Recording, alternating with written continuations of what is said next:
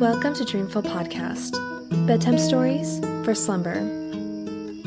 I would like to start off this episode by thanking our newest Patreon supporters, Alistair Marsh, Maggie Cave, Maeve and Morgan from Australia, and Hayden from Maryland. You are all so amazing. Thank you so much, and I hope you have the sweetest of dreams. If you would also like to help support Dreamful while receiving bonus content and other goodies, please visit dreamfulstories.com, where you can find info about the show, and on the donation page, there's a link to become a Patreon subscriber or make a one-time donation to the show. Dreamful officially became 1 year old in August, so I have created our very first listener survey. You can find the survey at dreamfulstories.com/survey.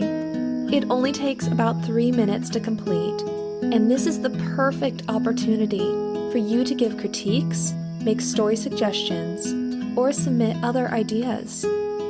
I have already had great feedback, and thanks to that, I am working on fixing things like audio issues in earlier episodes, or offering new benefits to Patreon subscribers. I appreciate any help to make Dreamful the best podcast that it can be, and would be so happy if you participated. In this episode, I'm going to tell you the dreamy, drowsy fairy tale of Sleeping Beauty. So, snuggle up in your blankets and have sweet dreams.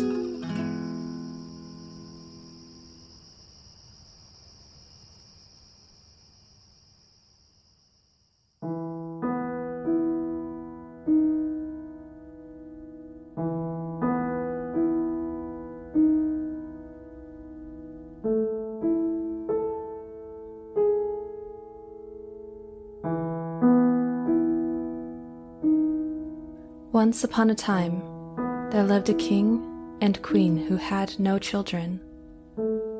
They longed very much for a child, and when at last they had a little daughter, they were both delighted, and great rejoicings took place. When the time came for the little princess to be christened, the king made a grand feast, and invited all but one of the fairies in his kingdom to be godmothers.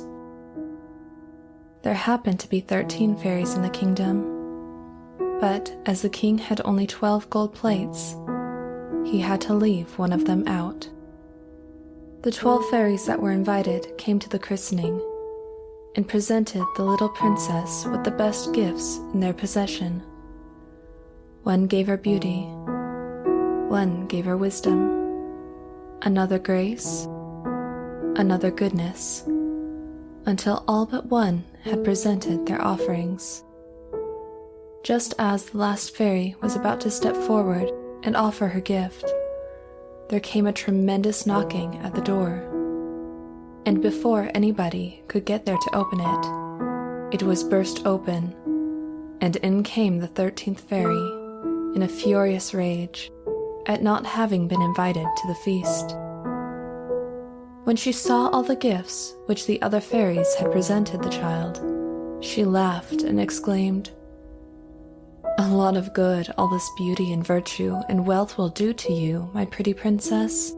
You shall pay for the slight your royal father has put upon me."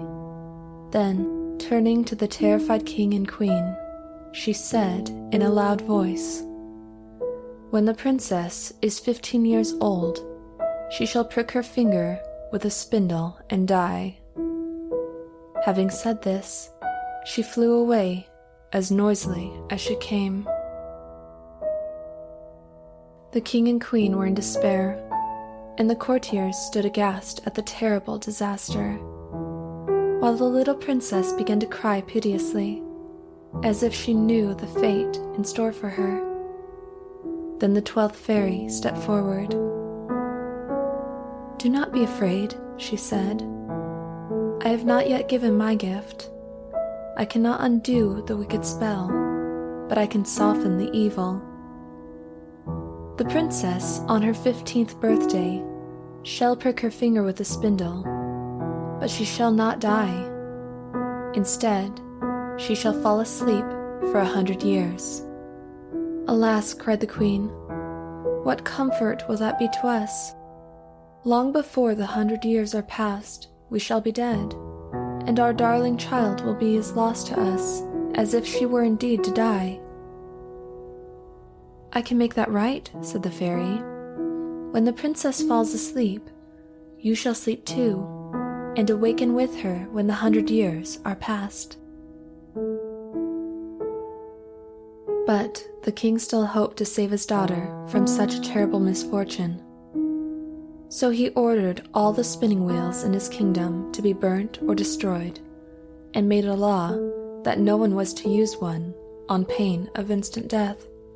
But all his care was useless. On her 15th birthday, the princess slipped away from her attendants and wandered all through the palace. At last, she came to a tower which she had never seen before, and wondering what it contained, she climbed the stairs. From a room at the top came a curious humming noise, and the princess, wondering what it could be, pushed open the door and stepped inside. There sat an old woman, bent with age, working at a strangely shaped wheel. The princess was full of curiosity.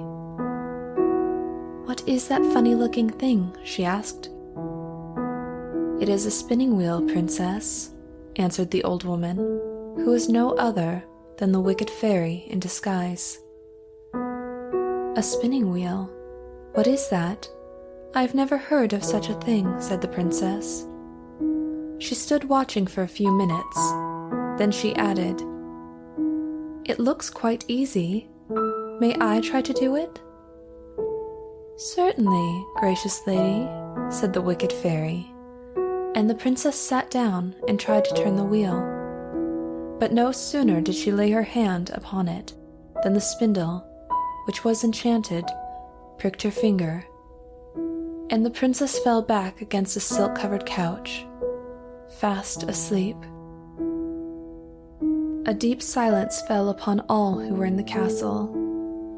The king fell asleep in the midst of his counselors, the queen with her ladies-in-waiting, the horses in the stable, the pigeons on the roof, the flies upon the walls. Even the fire upon the hearth fell asleep too. The meat which was cooking in the kitchen ceased to frizzle, and the cook, who was just about to punish the kitchen boy, fell asleep with her hand outstretched and began to snore aloud. The butler, who was tasting the ale, fell asleep with the jug at his lips. A great hedge of briars sprang up around the castle, which, as the years passed on, grew and grew until it formed an impenetrable barrier around the sleeping palace. The old people of the country died, and their children grew up and died also, and their children, and their children, and the story of the sleeping princess became a legend, handed down from one generation to another, and a cloud of mystery, as thick and impenetrable as the hedge of thorns, lay over the old castle. Many brave and gallant princes tried to force their way through the magic hedge in order to solve the mystery and to see for themselves the beautiful maiden who lay in an enchanted sleep behind the thorny briar. But the thorns caught them and held them from going forward or back, and the gallant youths perished miserably in the thickets. After many, many years, there came a king's son into that country, who heard the story of the princess and the hedge of briars, and he made up his mind to try and force his way to the castle to awake the sleeping princess. People told him of the fate of the other princes, who had also attempted this difficult task, but the prince would not be warned. I have made up my mind to see this maiden, of whose beauty I have heard so many wonderful tales," he cried. "I will force a way through the hedge of thorns, and awake the sleeping beauty, or die in the attempt."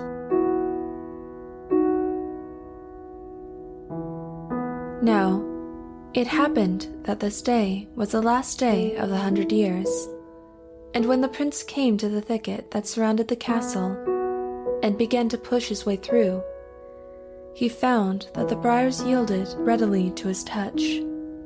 The thorns had all blossomed into roses that scented the air with fragrance as he went by. Primroses sprang up before his feet and made a pathway to lead him straight to the castle gates, and the birds suddenly broke forth into singing, as if to tell the world that the 100 years of enchantment were over, and the princess was about to be awakened from her long sleep. The prince passed through the council chamber where the king and his counselors were sleeping, through the room where the queen and her ladies slept. He passed on from hall to hall, climbed from stair to stair, until at last he reached the tower chamber where the sleeping princess lay. For a moment, he stood and gazed in wonder at her lovely face. Then he sank on his knees beside her and kissed her as she lay asleep. Instantly the spell was broken. The king and queen awoke, and all their courtiers with them. The horses neighed in the stables and shook their glossy manes. The pigeons cooed upon the roof. The fire burnt up brightly, and the meat in the kitchen began to frizzle once more as the spit turned around. The cook gave the kitchen boy the tremendous box on the ear that she had started to give him 100 years ago, and everything and everybody went on just as usual, as if nothing at all out of the common had occurred. And up in the tower chamber the princess opened her eyes to meet the gaze of the prince, who had dared to risk his life for her sake. What they said to each other, nobody quite knows, for nobody was there to hear or see. But whatever it was, it must have been something very satisfactory, for very soon after they were married and lived happily ever after.